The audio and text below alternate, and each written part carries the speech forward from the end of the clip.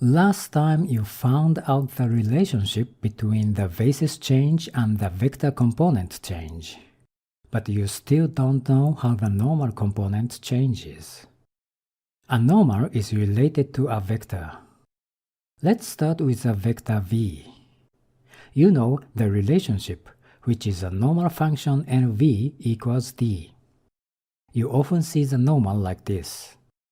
But you already know it is a stack of lines. You can think that d is equal to 0 cases. You can also write the normal equation in the matrix form. This is same as the dot product, and this equals 0. As you see, n is a linear function. Now let's back to the vector v. Let's write the v as a linear combination of the basis vectors. Using these basis vectors, the vector v can be represented as a linear combination of them. You can write v in the column vector like this. You can decompose this vector into two vectors. Then you can take out each component. Since 1, 0 is E1 and 0, 1 is E2, v becomes like this. By the way, you follow a specific notation about subscript and superscript. You write ei, I is in subscript. If the components change follows f, you use subscript. You write vi, I is in superscript. If the component change follows b, you use superscript. So let's rewrite the vi. Depending on which matrix it follows, subscript and superscript change. Now you think about normal. This is a normal equation in general. Let's think that the d is equal to 0 case. The matrix form is like this. In this particular example, v is 2 and -1. Calculate the multiplication. One solution for n1 and n2 are 1 and 2. So you can write that n is 1 and 2 as a row vector. In computer graphics, we usually draw this normal as an arrow. We pretend it is a column vector.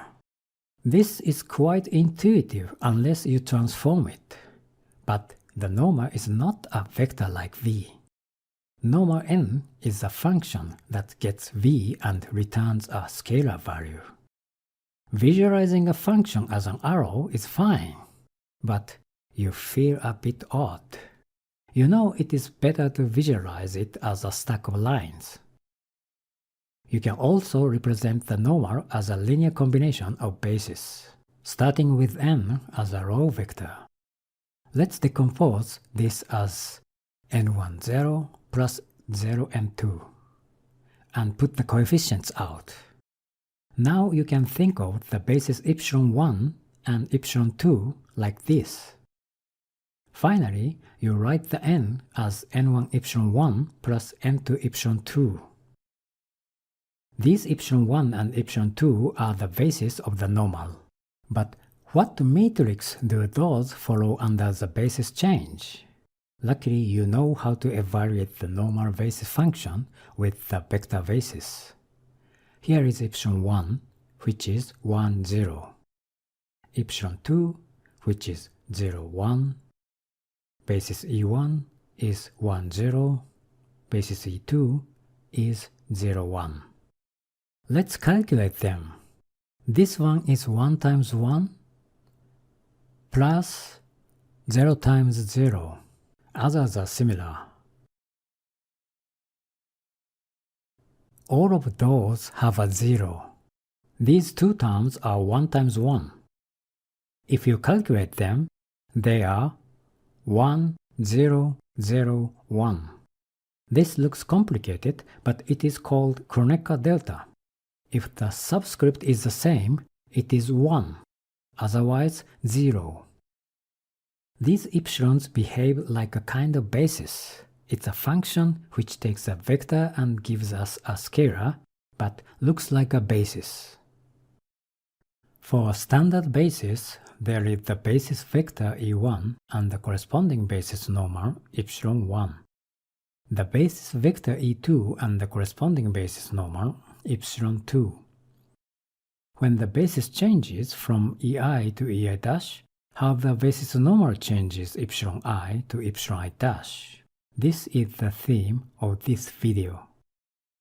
For the standard basis, the basis e1 is perpendicular to epsilon 1 and the basis e2 is perpendicular to epsilon 2.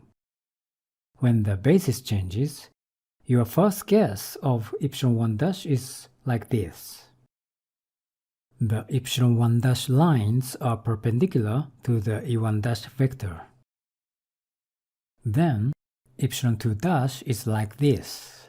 This is perpendicular to the e2 dash vector. Why do you guess they are perpendicular? One reason is that the standard basis vector ei and standard basis normal are perpendicular. The other reason is that the name is normal. The name normal always sounds like something should be perpendicular to something else. This definition might work because you can represent any vector with a linear combination of the basis vectors. You may represent any normal function as a linear combination of these basis normals like basis vectors. But do they work well? What does it mean that they work well here? Let's say that work well means they work like a basis. Let's think about a vector v, which is equal to e1. This v is parallel to e1, thus there is no e2 component. For a vector which is parallel to one of the basis vectors, there is no other basis component. This is actually the point to think about the basis. You don't need to think the other components. The basis normal function epsilon 1 is this. The first component of epsilon 1 is 1, since the e1 crosses to the line once. But e2 doesn't cross the line, so the second component of epsilon 1 is 0. For epsilon 2, e1 doesn't cross lines, but e2 crosses the line. Thus, the epsilon 2 components are 0 and 1. Each basis vector and each basis normal don't interfere. You want it to the basis in this way. Here, no interference means that the Kronecker delta function holds. Thus, the basis becomes a basis-like thing if it has the Kronecker delta's condition. When you think a basis change like this, the components of e1 dash are 1, 0. But the component of e2 dash are 0, 1. Please note, the first component is not 1. This is because the basis defines the coordinates.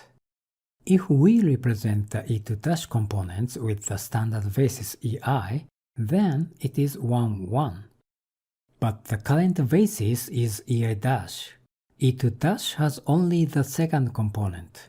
That is the reason that the column vectors here have the small ei dash. Let's think about the basis normal's components. In your first guess, the epsilon 1 dash is perpendicular to the e1 dash.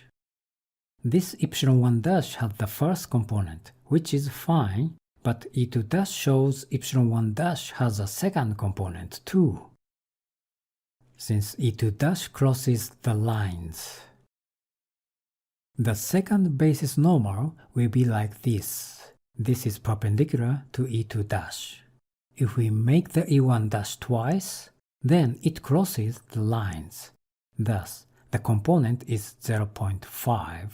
The second component is 1. However, these epsilons don't make the problem simpler. Especially, the Kronecker delta function doesn't hold. So, this basis normal does not behave like a basis. There is something wrong. You assume that the word normal is always perpendicular to something.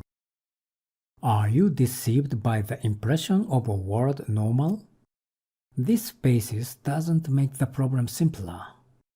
So, your first guess about basis normal seems wrong. Then, What makes the basis normal function a basis? You look back at the standard basis and where the independence comes from. You see that it comes from the epsilon 1 E2 is equal to 0 and epsilon 2 E1 is equal to 0 cases. This 0 gives you independence. This 0 makes something like a basis. This is because 0 means not related. If there's no relation, you don't need to think about that. That is great. You finally see why mathematicians define the basis with the Kronecker delta function. By this definition, you don't need to think about something. You can be lazy. This is amazing 0. The diligent people just work. The lazy people persist in trying to be lazy and make the computer work for them. Therefore, all progress depends on the lazy people. That's one of the reasons you like to learn math, physics, and computer science. The world is so complex, you need to localize and simplify the ideas. To be lazy, you work hard.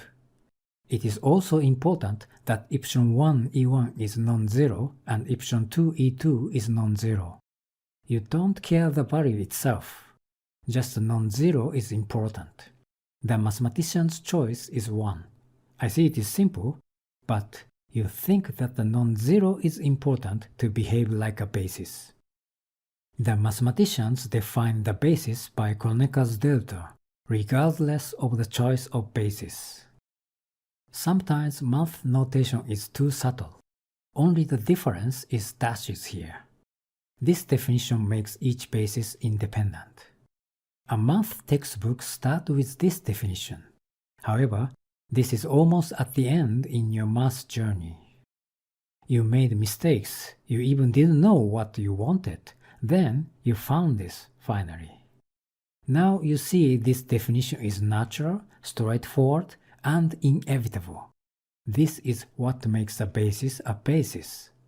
So far, you have found several relationships. Let the basis vector change matrix F, it is the forward matrix. Then the basis vector component change matrix is the inverse of F, which is B, the backward matrix. The relationship between vector and normal is NV is equal to D. The ith basis vector and the jth basis normal should be independent. When I does not equal to j, basis vector I and basis normal j are independent. This relationship is Kronecker delta. But what you want to know is the transform matrix of normal. You wonder if you can find the normal transformation based on these relationships only. In conclusion, yes, you can find the normal transformation based on these relationships only. Finally, you are ready to compute it. See you in the next video.